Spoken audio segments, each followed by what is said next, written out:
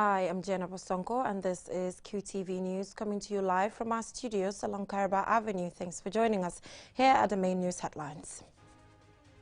28 Saudi medical doctors have arrived in the Gambia on a week-long free medical intervention through a partnership of the First Lady Fatoumata Barbaros Foundation and Saudi-based organizations.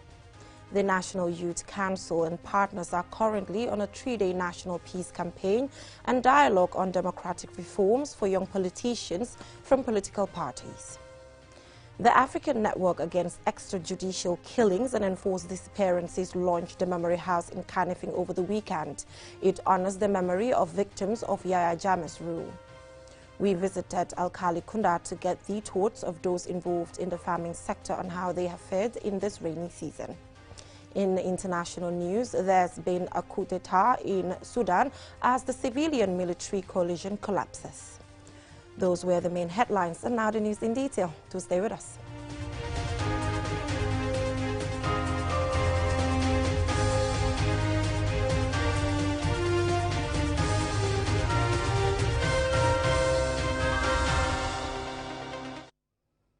Thank you for joining us. This is QTV News, and I am Jenna Bosonko. Now, 28 Saudi medical doctors have arrived in the Gambia on a week-long free medical intervention through a partnership with the First Lady Fatoumata Barbaros Foundation, the Al-Bassam International Organization, and the King Salman Humanitarian Aid and Relief Center in Saudi Arabia. Aliou Cisse has the rest of that. This team of medical experts is in the country to provide free health care and to share knowledge and experience with their Gambian counterparts. The team will be at the Edward Francis Sumo Teaching Hospital in Banjul, Serekunda General Hospital, and Farafenni General Hospital. Their visit is facilitated by the First Ladies Foundation through its partnership with the Al-Balsam International Organization, health service provider, and the King Salman Humanitarian Aid and Relief Center in Saudi Arabia. During their visit in the Gambia, the health experts will provide free specialized services such as general pediatric surgery, pediatric neurosurgery, pediatric maxillofacial and plastic surgery, among others. On receiving the delegation at the Edward Francis Sumo Teaching Hospital in Banjul on Saturday, First Lady Fatoumata Barbaros expressed delight and hopes the visit will leave an everlasting impact on the country's health system. She renews her commitment through her foundation to advocate for more partnerships in the interest of the country. You're here today to support your brothers and sisters in the Gambia. We are so pleased to have you with us. This is what I call family. When you're in need, you call on people to come and assist, and if they come, that's the best thing in humanity. And may Allah continue this relationship. May it continue from strength to strength. And you're welcome. Abdul Kim Katan, the head of the medical team, is hopeful of a successful mission. We are aiming to do something distinguished and something, that will stay, inshallah, for a time with our colleague, the healthcare worker in this hospital and the other hospitals in Gambia. We are proud to be here. We are happy to, work with our colleague from Gambia, and we are looking for fruitful 7-8 days of hard work. Dr. John Jabang, head of surgical department at the Edward Francis Sumo Teaching Hospital in Banjul, described the arrival of the doctors as timely, while commending the First Ladies Foundation for prioritizing the health sector. We are a developing country, and we have challenges, and I'm sure you know some of those challenges. But regardless of that, we will work together to make sure that this mission is achieved. And to my team, I will tell you they are all very ready and prepared. We have our residents who are here. We have also other consultants that will join us. The team is ready, and we hope to give this visit a very, very, very great time. So once again, welcome. Thank you so much, and Your Excellency and your team, thank you so much. The team will be in the country until the 30th of this month. Reporting for QTV News, I am Aliou Cisse. Aliou Cisse there on the arrival of 28 Saudi medical doctors. Now, the National Youth Council and partners are currently on a 3-day national peace campaign and dialogue on democratic reforms for young politicians from political parties. The convergence is meant to raise awareness among the youth about the ongoing democratic reforms in the Gambia leading up to the general elections. Babukar C has the rest of that. The event, jointly organized by the National Youth Council in partnership with ECOWAS, the African Union and the African Governance Architecture, brought together participants from political parties, CSOs and government institutions to discuss, learn and share best practice. The main objective is to build the capacity of the youth in promoting dialogue on democratic reforms ahead of the elections. At the event, the chairperson of the National Youth Council, Usman Fati, said the youth meeting on raising awareness on National Peace Campaign ahead of the election is timely. It has been realized that the youth lack the capacity when it comes to interfacing with the political cycle. It is based on this backdrop that the National Youth Council deemed it fitting to partner with ECOWAS Secretariat to organize a 3-day training on the theme National Peace Campaign and Dialogue on Democratic Reforms and Youth Participation in the Political Process in the Gambia.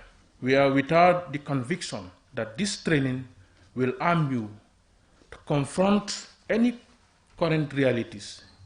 We are hopeful that the participants here with us will be able to serve as ambassadors of change in our society.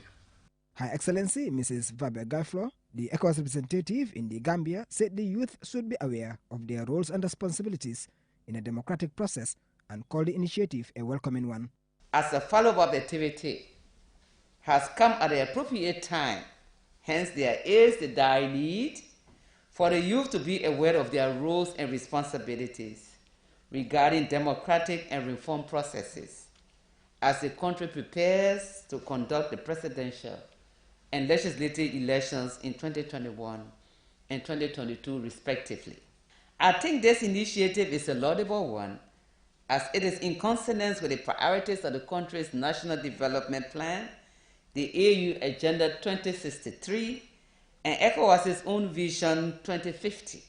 These are conscious and deliberate efforts to promote the interests of the youth, as the greatest asset of any nation is its goal-driven youth. Director of Political Affairs at ECOWAS said the gathering is in line with the ECOWAS Commission to support the Gambia in its democratic political process. Pursuant to the technical assessment mission, especially as the Gambia is preparing for its first cycle of elections under the new political dispensation in December 21, it is worth noting that the youth are a critical and indispensable socio-political category of the citizen, key to political stability.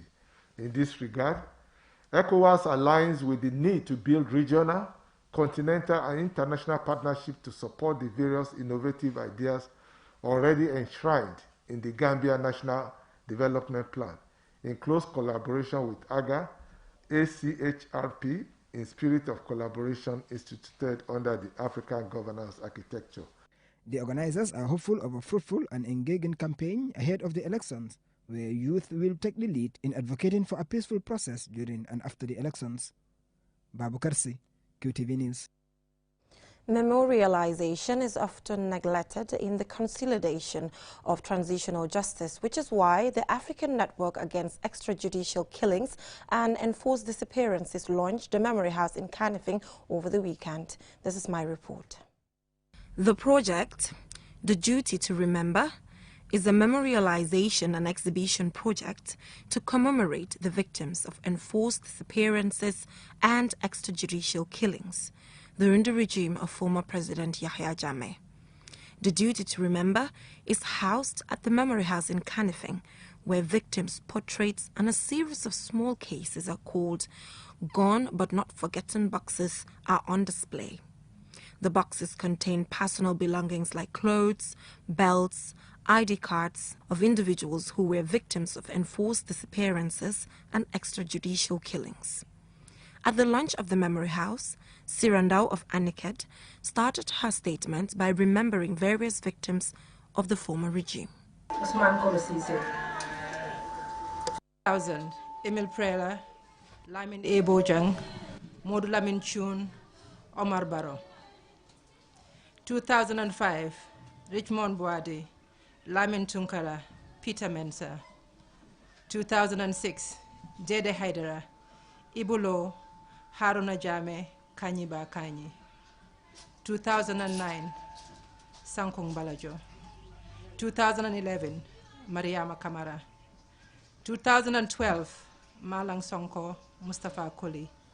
2013, Alaji Mahmoud Sise Mahawa Cham Solnau.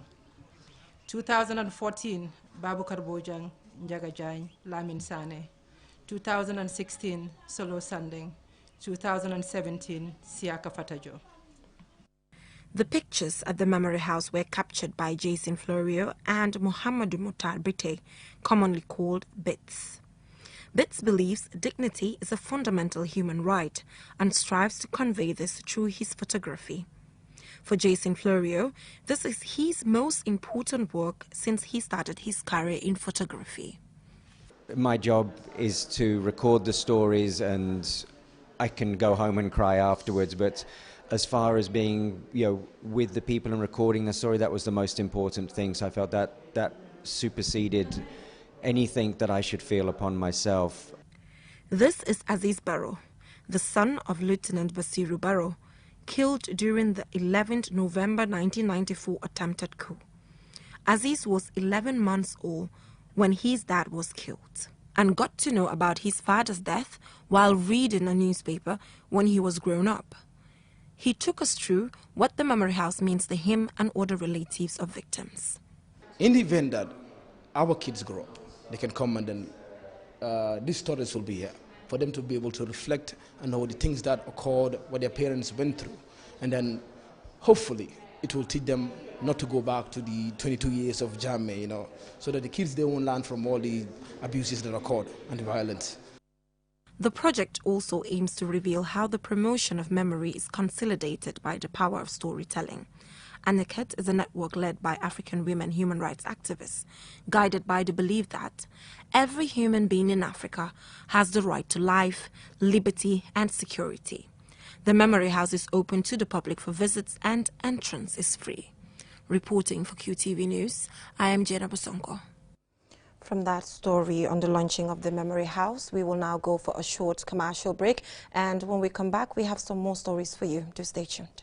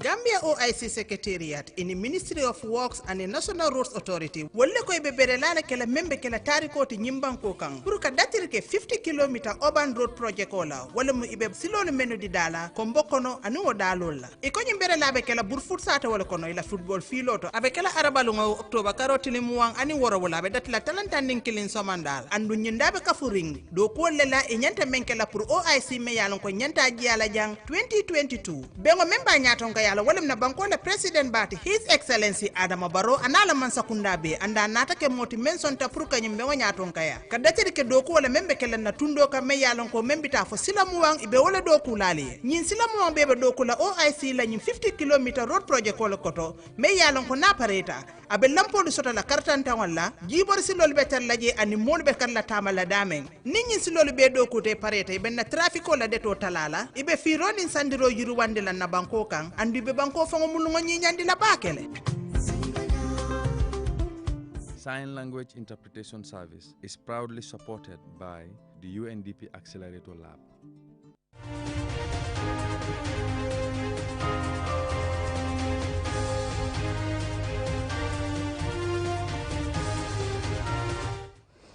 Welcome back from that short commercial break. If you're just tuning in, this is QTV News and I am Jenna Bosonko.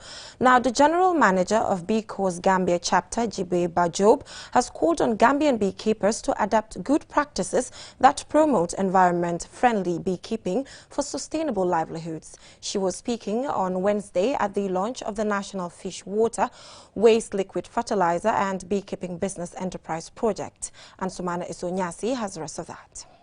BCOS was established in 2009 to promote beekeeping as a way of improving livelihoods, particularly for the less privileged in rural communities.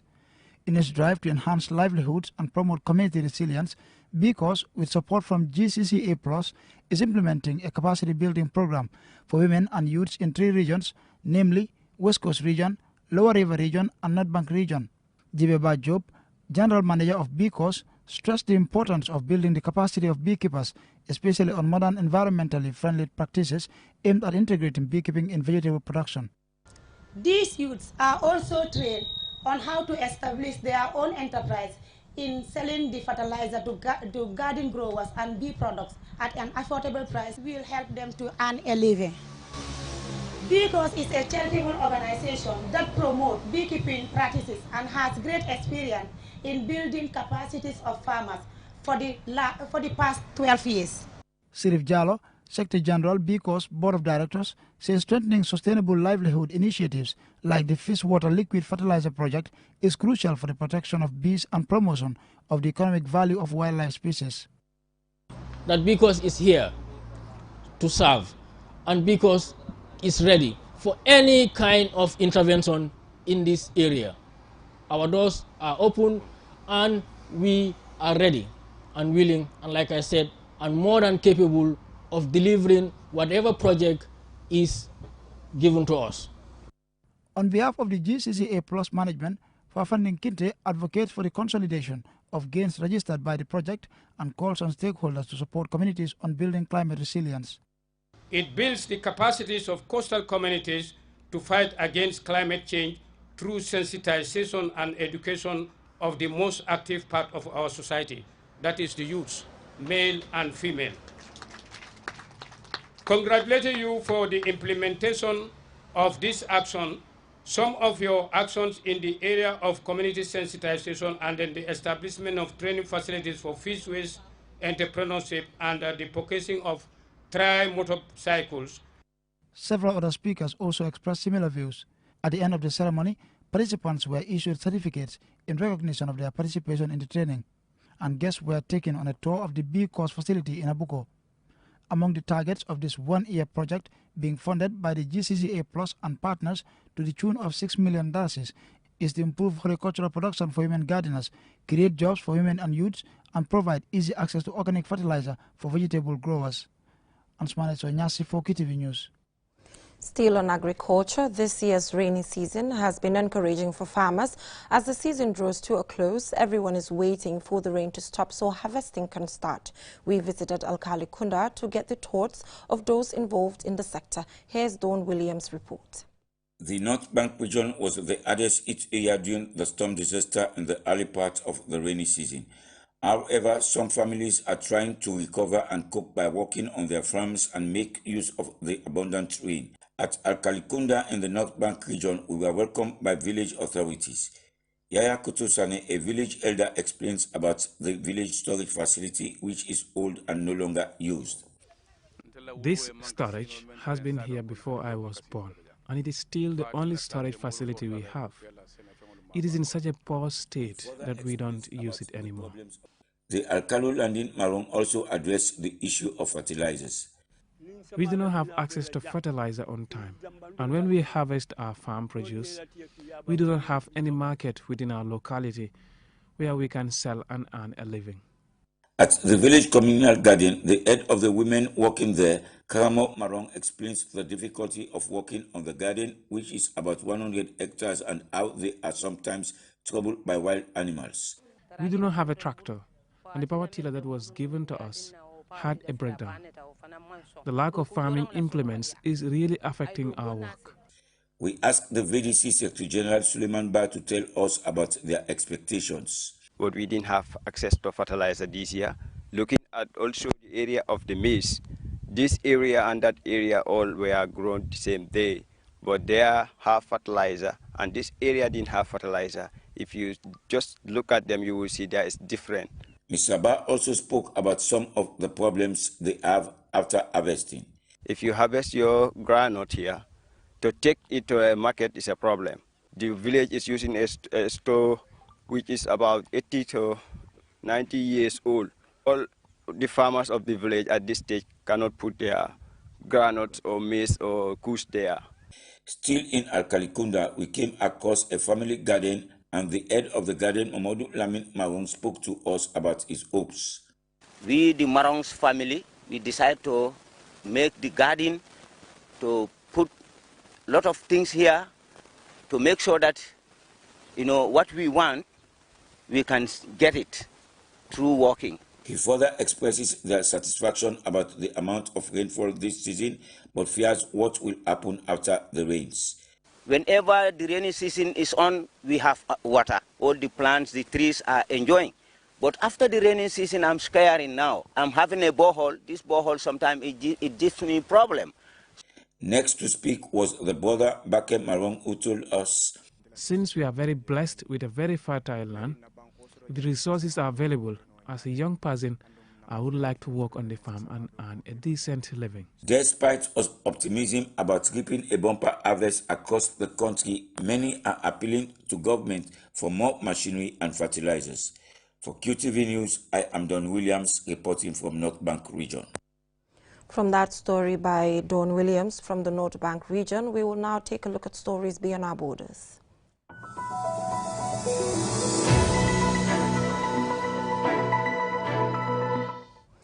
According to a report from Sudan's Information Ministry, joint military forces on Monday detained Sudan's Prime Minister Abdullah Hamdok and other members of the transitional government and taken to an unidentified location after he refused to support their coup.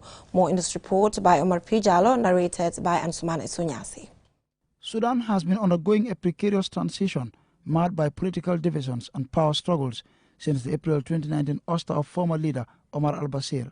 The latest developments come just 2 days after a Sudanese faction calling for a transfer of power to civilian rule warned of a creeping coup during a news conference that an unidentified mob attacked to prevent. Since August 2019, the country has been led by a civilian military administration tasked with overseeing the transition to full civilian rule. Bashir was toppled and jailed after months of street protest. A political transition agreed after his removal has seen Sudan emerge from its isolation, which was the result of 3 decades of rule by Bashir and was meant to lead to elections by the end of 2023. The Information Ministry said in a statement on Facebook that the military forces fired live rounds on protesters, rejecting the military coup outside the army headquarters, adding that casualties are expected. Internet services were cut across the country and the main roads and bridges connecting the capital Khartoum closed as dozens of demonstrators set car tires on fire as they gathered on the streets of the capital to protest the detentions.